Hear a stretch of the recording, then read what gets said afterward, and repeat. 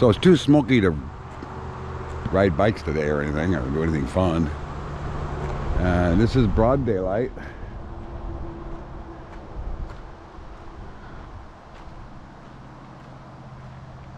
And the sun is up. It's right there behind that building. You should be able to see it, but you can't. Oh, that's thunder or it's a car. So I am practicing some guitar and playing around, and right, I just thought I would show you the smoke in North Pole out here is pretty thick. You see I haven't mowed the lawn yet.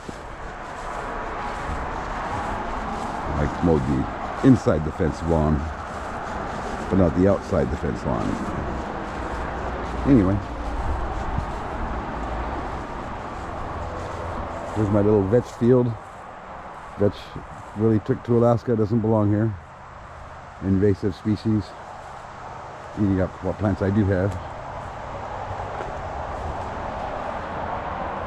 That's facing south. That's where most of the fires are coming from. And it's just another beautiful day in the Fairbanks area, inner Alaska. Yes. So in the meantime, I'm just going to play some music. And it wasn't so bad earlier today, but the wind came in and really brought more smoke with it. So now it's pretty windy.